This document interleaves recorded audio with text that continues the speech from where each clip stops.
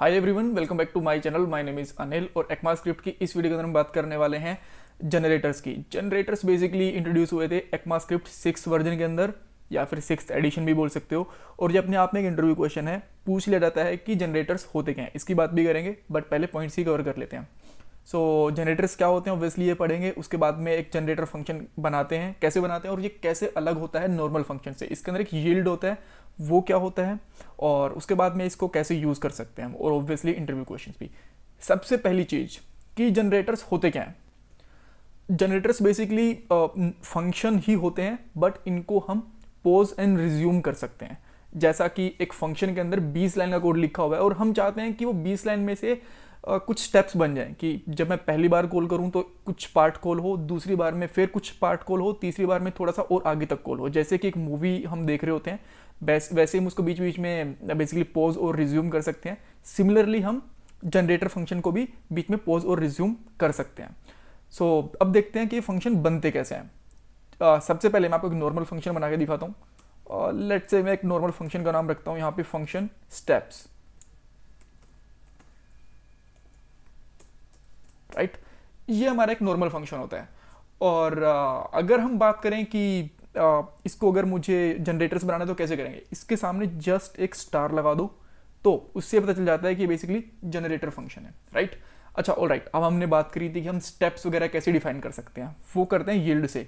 जितने हम यहाँ पे यील्ड डिफाइन करेंगे वो उसके बीच में वहाँ पे पॉज होके चलेगा। अगर मैं यहाँ पे 4 यील्ड लगा दूंगा इसके अंदर तो 4 स्टेप हो जाएंगे। पहली बार कॉल करने के ऊपर पहले यील्ड तक चलेगा, सेकंड बार कॉल करने के ऊपर सेकंड यील्ड तक चलेगा, थर्ड के ऊपर थर्ड यील्ड तक चलेगा। आपको मैं एग्जांपल दिखाता हूँ। लेट्स से कि आपने यहाँ पे कुछ कोड करा और यहाँ पे आपने कर दिया कंसोल डॉट वॉन, और इसमें सिंपली लिख दिया आपने ओके, आपके पास यहाँ पे 2 वेरिएबल भी हैं, let a equal to 10 and let b equal to 20, right. और पहले कंसोल के अंदर आप क्या कर रहे हो, बेसिकली यहाँ पे इन दोनों को प्लस करवा रहे हो। 10 प्लस 20, राइट।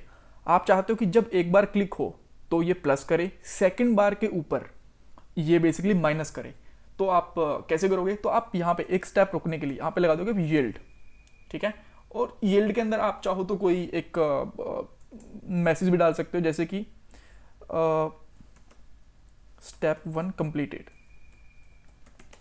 इस तरीके से, right.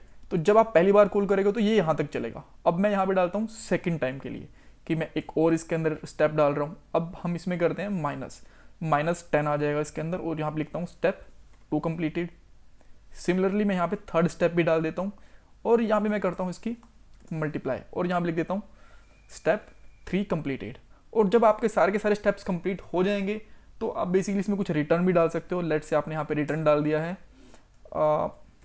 All steps done, right.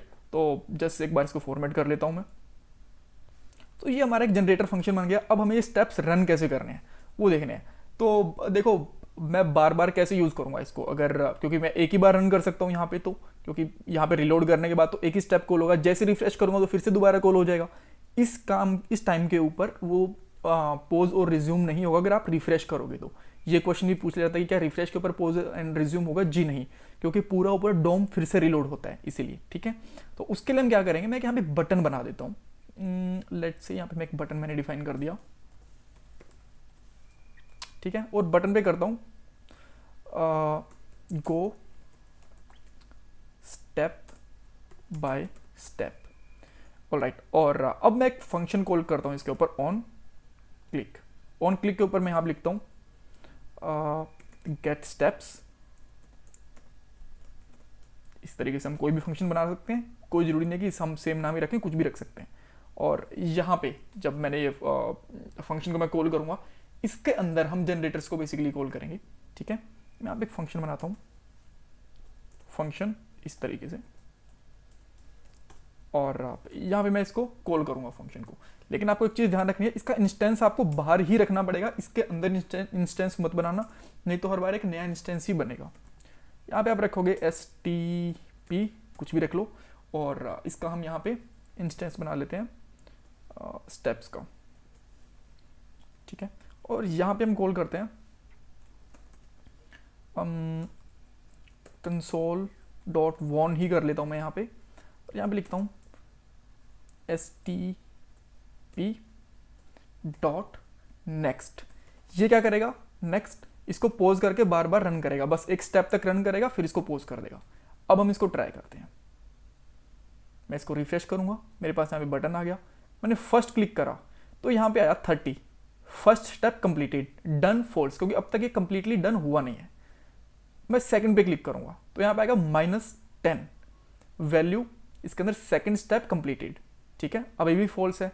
अब मैं इस पर थर्ड पे क्लिक करता हूँ, तो थर्ड क्लिक करने के ऊपर 200, बिकॉज दोनों का मल्टीप्लीकेशन हुआ, मैंने यहाँ पे गलती से 3 नहीं लिखा है शायद, हाँ यहाँ पे मुझे 3 लिखना चाहिए था, यहाँ पे ये आ गया।